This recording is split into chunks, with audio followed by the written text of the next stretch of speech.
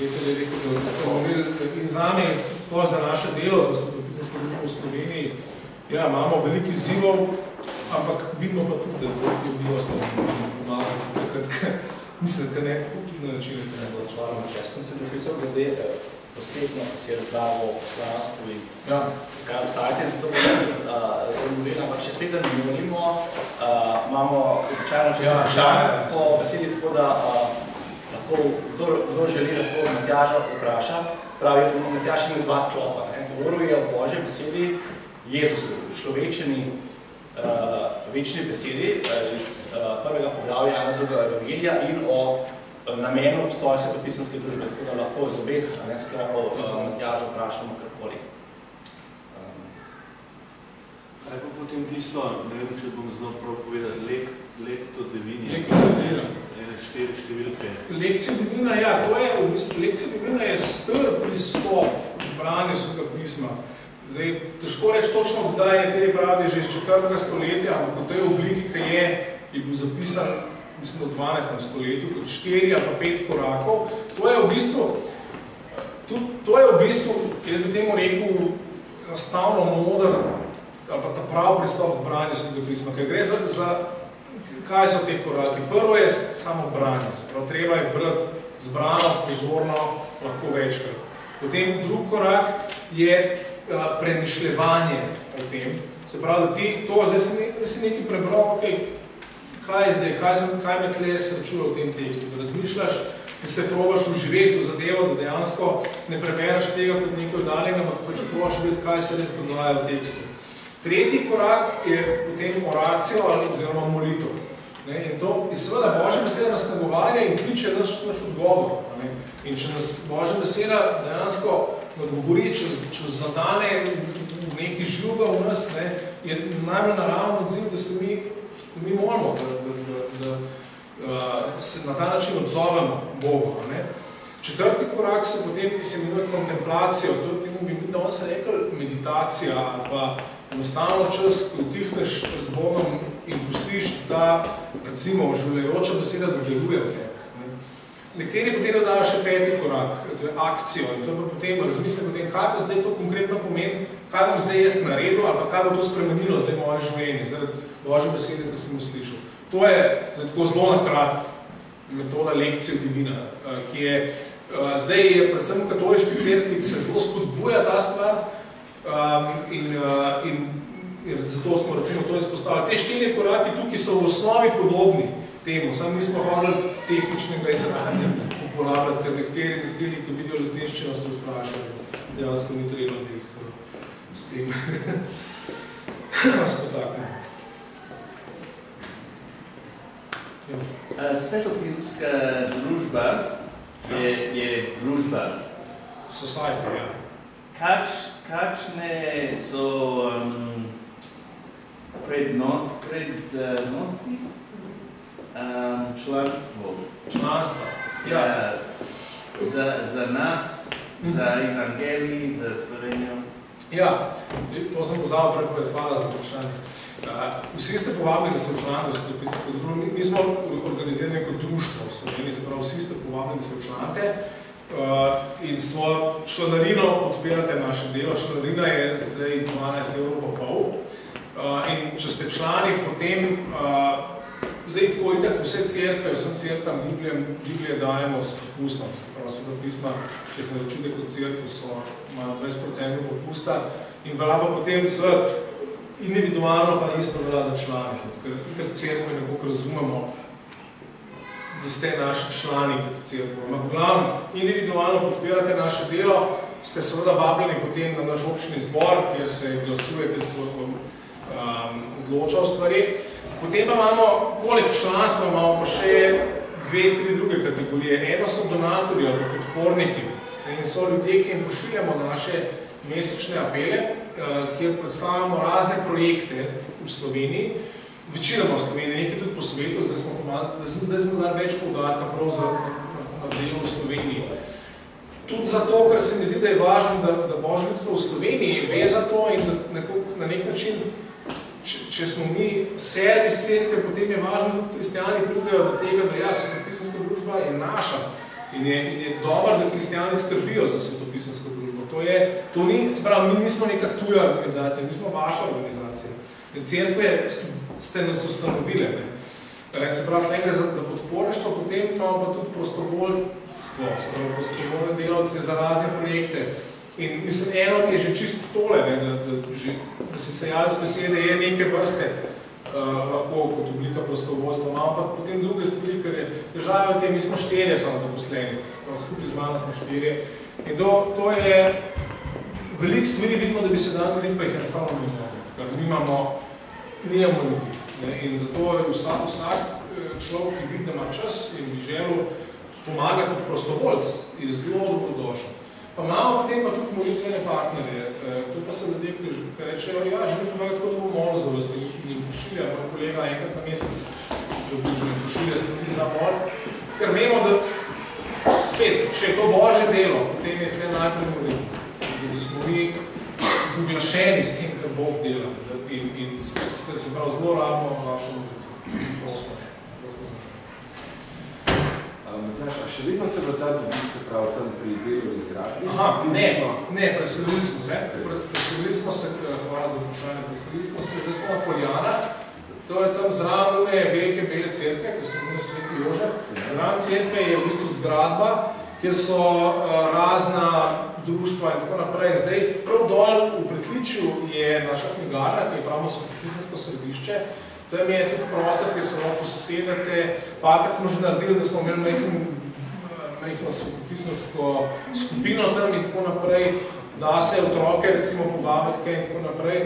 Imamo par stvari iz slovenske zgodovine, prevode, recimo Trubarja, Dalmatina in tako naprej se da pogledati, faksimile tam. Imamo par predmetov iz Izraela, tudi repelik tam, tako da se da večkrat v tem smislu pa knjigarne, tako da se da kupiti stvari. Se da to je tam dol, potem gor v drugim nadstropju imamo pa še 2 pisarne.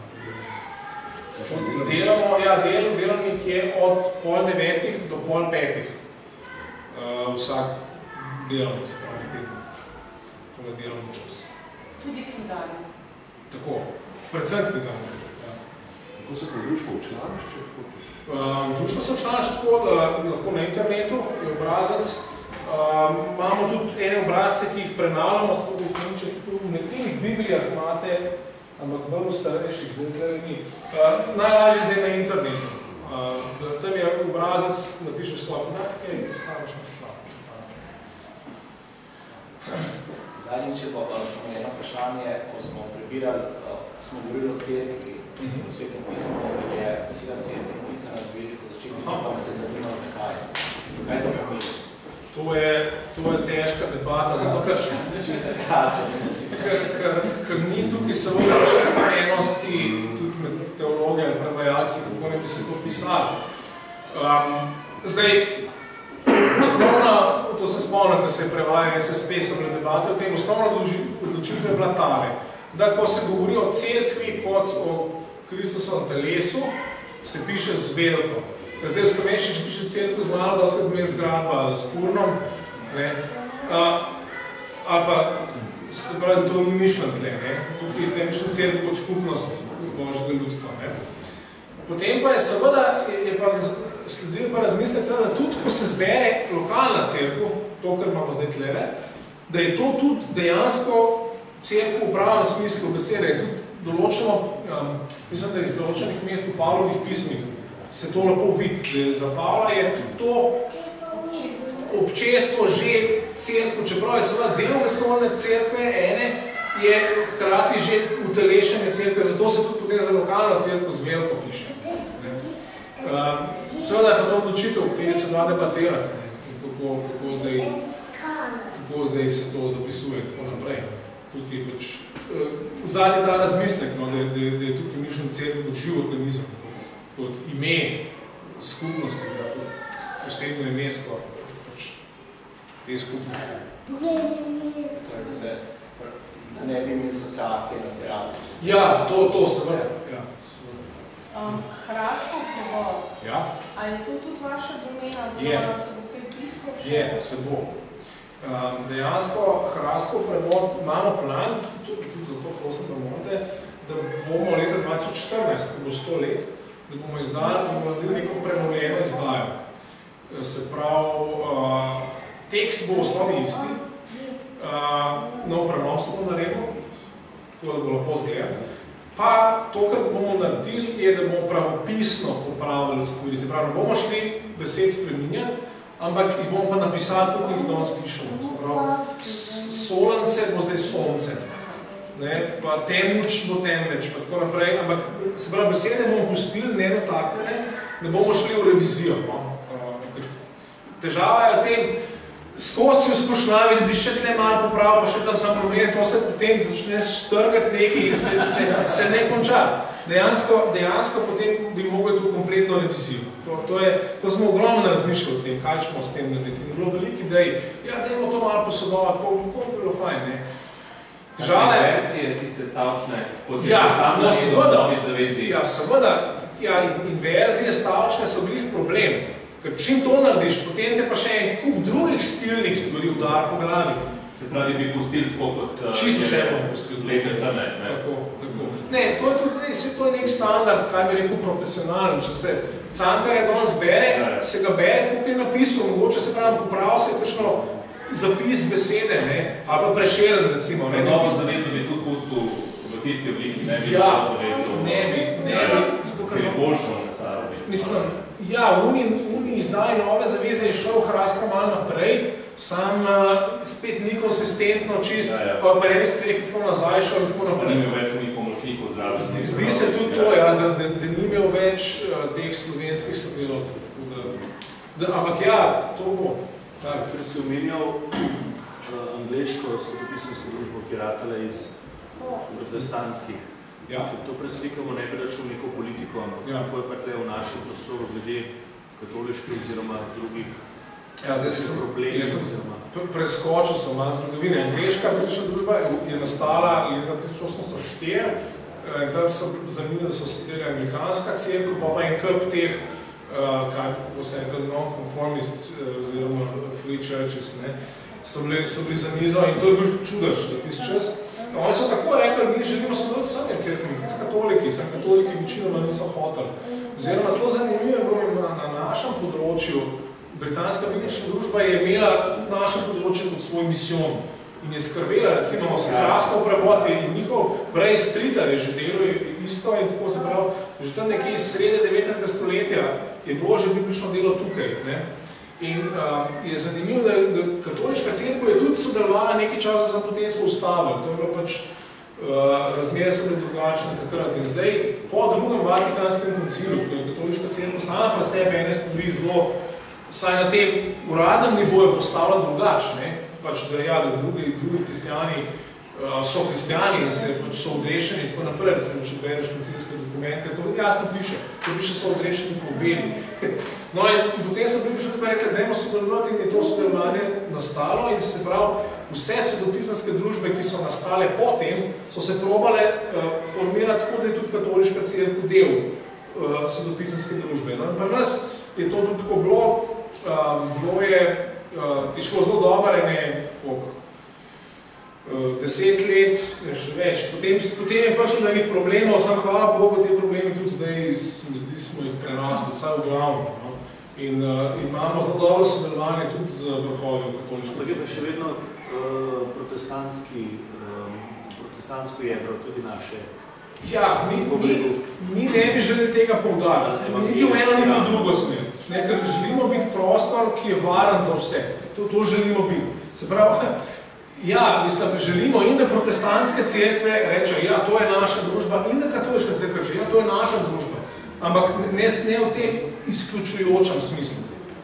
Mi dejansko smo tukaj za vse in želimo poskrbeti za vse, tako kot je prav, tako kot so po svojih zmožnostih. Dejansko želimo biti varen prostor v tem smislu. To ni zmeri lahko, enkrat tle nekaj narediš, pa bo en tam užaljen in tako naprej. Tukaj moramo malo tukaj vozimo tako včasih, ampak pač to ne gre, pač po tankem ledu hodimo, ampak vse je pa naša vrednota pa je to, da pazimo, da služimo vsem in da se vsi lahko identificirajo z nami, ker mi dejansko smo vaši v tem smislu, mi smo neki svojni. Če gremo na Še eno vprašanje. Aha. Ste to nadaljevali? Ja, tole mislim. Ja, to spada v to, kar sem rekel, da je naš klic je to, da prevajamo Svetopismo. In zdaj tako, v slovenščini imamo standardni prevod, ki je zelo dobeseden, je nov, se pravi, je zelo, ali pa vsaj dosti stabilen v tem smislu, je pa težek za razumevanje. In zato smo rekli prav, ne bo standardni prevod standardni, ampak potrebujemo pa nekaj drugega za ljudi, ki jim je ta govorica tuja. In smo rekli, ja, moramo se lotiti prevoda nove zaveze v sodoben jezik, se pravi v jezik, ki ne uporablja cerkvenega izrazja, ki ne uporablja izrazov, ki jih normalni ljudje ne uporabljajo. Ker dejansko večina besed ali pa način izražanja, ki ga boste našli tukaj v standardnem prevodu, ga ne boste našli nikjer drugje, niti v pogovoru, niti v slovenski literaturi. No in zato smo začeli s tem, ja, naša želja je, da bi šli naprej do cele nove zaveze. V 6 letih ne bi končali novo zavezo in vsak let ne bi takle zvezček izšel, tudi zato, ker seveda to je nova stvar in pri takem prevodu je še bolj važen v bistvu dialog tudi s kristjani. Želimo slišati vaše mnenje o tem. Želimo vaš odziv. Kaj si mislite, kaj mislite, da smo zgrešili, kaj mislite, da bi se dal boljš povedati in tako naprej. Seveda pa v okviru tega, da je to prevod, ki gre po smislu. Govori v tem smislu, da to ni dobesedno, niso upravičeni, zato ker tega močno in tako. Dobesedno mora biti tle in mora tle štimati stvar. Ne pa tukaj. Tukaj namen tega je drug, da Božjo besedo približamo. Spet imamo tukaj to princip človečenja. Kristus naprahan nasprotnem, ker smo v naš jezik se stopili. In to je uveril, to je bolj